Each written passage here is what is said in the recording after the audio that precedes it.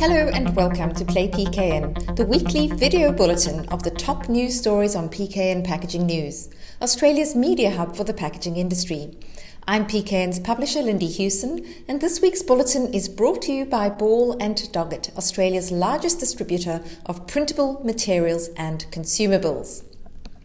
Well, let's start with financial news for packaging companies.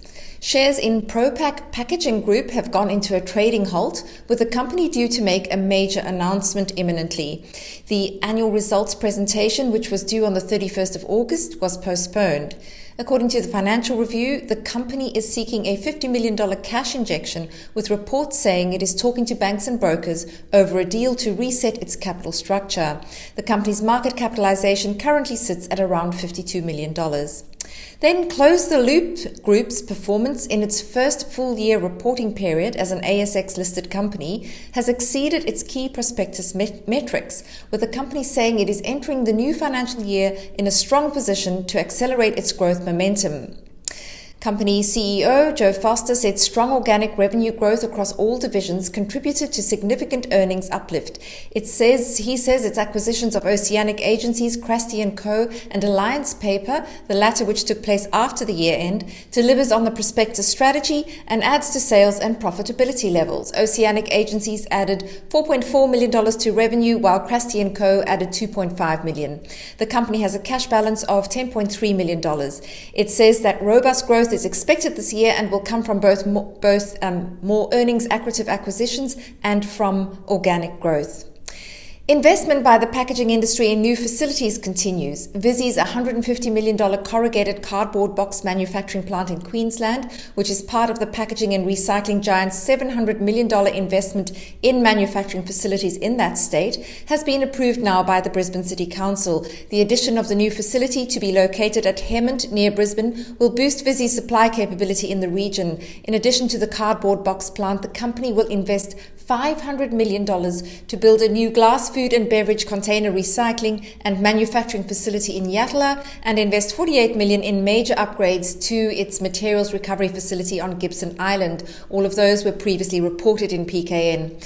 And Amcor has opened its latest world-class innovation center in Jiangyin, China, bringing advanced packaging technologies and more sustainable material science to the Asia-Pacific region. The APAC Innovation Center will offer Amcor customers in the region the opportunity to collaborate hand-in-hand with the company's experts to allow all parties from across the supply chain and region to share best practices, so Amcor says.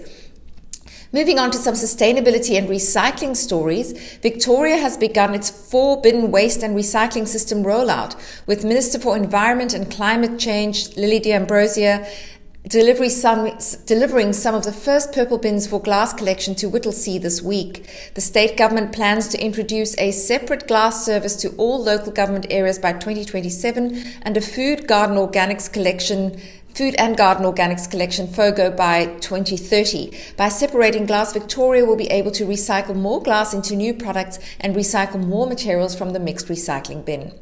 2 years on from making what social enterprise Thankyou co-founder Daniel Flynn called a bold decision to stop production of its bottled water in 2020 to reduce its contribution to the environmental damage caused by single-use plastic, it appears that there's a development on the cards that could see it re-enter the bottled water sector, or the water sector rather. Thankyou says it is currently working on reimagining sustainability, with 2023 set to see some of its biggest product plays yet. We wait to see what happens in water. And finally, in global news on recycled polypropylene advances, PFF Group's packaging division has completed a full-scale production trial using NEXTLOOPP's prototype post-consumer food-grade compliant recycled polypropylene resin, P-Pristine. The trial centered on the production of a 350-gram Desto Banderol pot, typically used in hot fill applications such as porridge, where PP is typically used for its ability to cope with high temperatures. The resin used in the trial contained 30% of food-grade recycled PP. PFF is one of the initial group of project members conducting trials to assess the integrity of the material and its viability within their production process. Ed Cozier, Managing Director of Nextech and NEXTLOOPP, said that the next step for the groundbreaking project will be to expand the commercial production of the P-Pristine PP quality, pristine resins from the recycling stream and close the loop for PP packaging. Well, that's quite a mouthful, but fantastic work. Well, that's all from me for this week. For these and other stories, head to packagingnews.com.au where you'll find so much more. Thanks for watching.